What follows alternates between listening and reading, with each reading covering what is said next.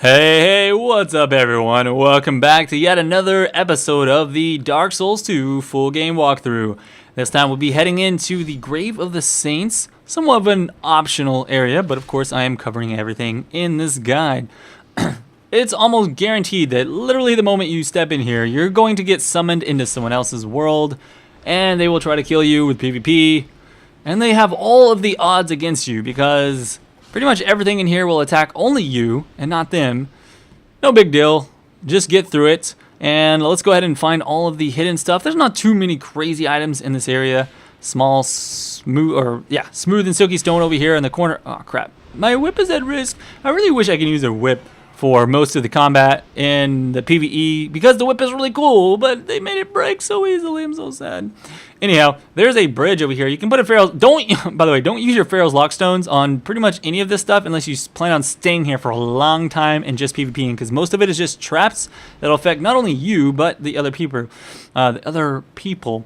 There's only one that's actually kind of useful if you are using hexes, and it's all you gotta do is just look for the one with the bridge. But pretty much that's it for that part. It's very short. You get to the bonfire. This boss fight that's behind that fog gate is pretty weird and difficult. If you need help with it, make sure to check out my boss kills series, and I will show you how to do it. But no spoilers. I'm gonna go ahead and skip it for now. Victory achieved. So right past it is the Rat King. This can allow you to actually join the Covenant, which this is a really cool Covenant to join, and it will help you tremendously to be in this Covenant a little bit later on in the game. But for now, it's not a big deal.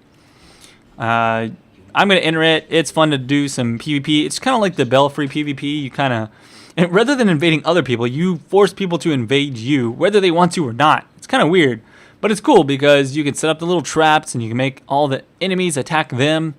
It's a weird form of ganking, and every time you beat them, you get a Pharaoh's Lockstone. So that's kind of neat. But anyways, let's move on. If you drop down in this little hole, you'll see that it's kind of the area you couldn't get to earlier if you were trying to. And you get another Pharaoh's Lockstone there. Just kind of drop down on here. And this is kind of the graves. The graves. Makes sense now. It's Graves of the Saints, I guess. Anyhow, just be careful as you're dropping down. You should be fine for the most part. Just land on this ledge here. And there are a couple of items that you can loot.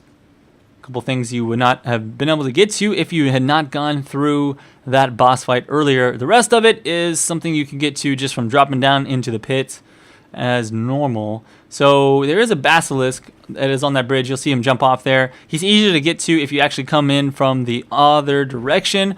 Other than that, though, just jump across. You can get to this little chest right here. The Ash Knuckle Ring is inside. That helps you with petrification resist, if I do remember correctly. Yep. And that other item over there that I'm not going to go get, you can actually jump over and get that one. It's just it's a shield that also doubles as a chime.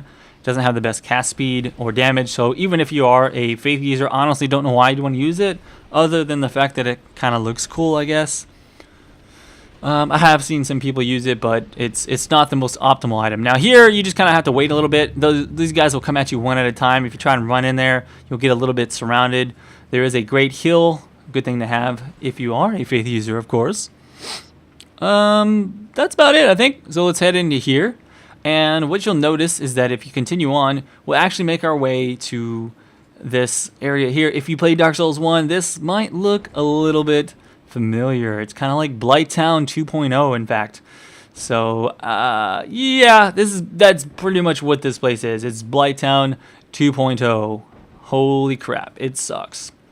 It sucks bad, but we're going to get through it. I'm going to show you guys the easiest way to get through this zone without having too much issue. I went through it in a really shitty way, my first playthrough of the game, and then my second playthrough, I kind of figured out the trick to it or whatever. As you drop down that ladder, turn around, there's a token of spite behind you, which you may or may not care to have, but anyways, running through here, watch out for these guys, they will shoot poison at you. And just drop down, and there is your bonfire. We are now in the gutter. So, make sure to check out the next walkthrough. It will be very helpful for you in order to get through the gutter area. I'll see you guys around for that one. Thanks.